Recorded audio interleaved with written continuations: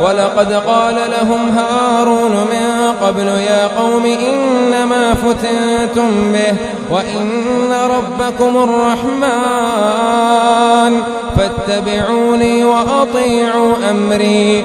قالوا لن نبرح عليه عاكفين حتى يرجع إلينا موسى.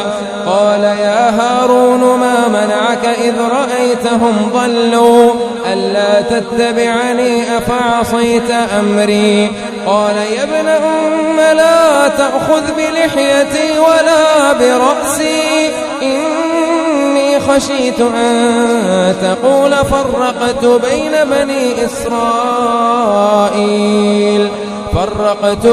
بني إسرائيل ولم ترقب قولي.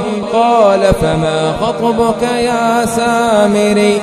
قال بصرت بما لم يبصروا به فقبضت قبضة من أثر الرسول فنبذتها وكذلك سولت لي نفسي. قال فاذهب فإن لك في الحياة أن تقول لا مساس وإن لك موعدا لن تخلفه وانظر إلى إلهك الذي ظلت عليه عاكفا لنحرقنه ثم لننسفنه في اليم نسفا. إنما إلهكم الله الذي لا إله إلا هو وسع كل شيء علما. كذلك نقص عليك من أنباء ما قد سبق وقد آتيناك من لدنا ذكرا. من أعرض عنه فإنه يحمل يوم القيامة وزرا خالدين فيه وساء لهم يوم القيامة حملا. يوم ينفخ في الصور ونحشر المجرمين يومئذ زرقا يتخافتون بينهم إن لبثتم إلا عشرا.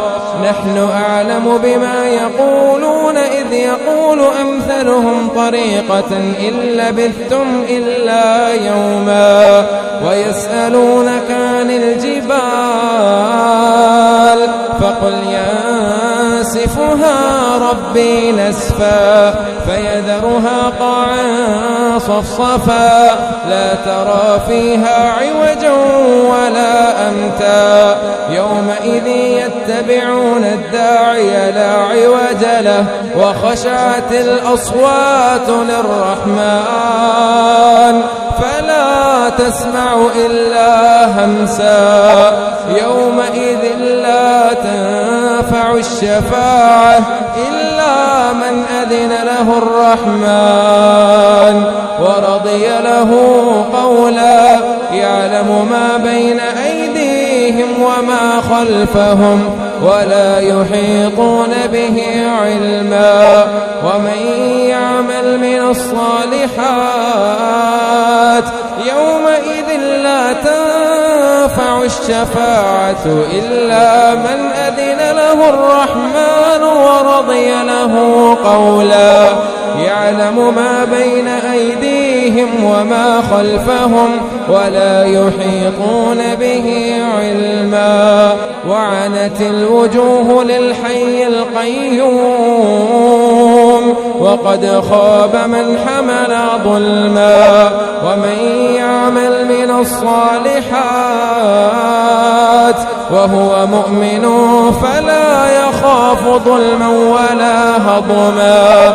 وكذلك أنزلناه قرآنا عربيا وصرفنا فيه من الوعيد لعلهم يتقون أو يحدث لهم ذكرا.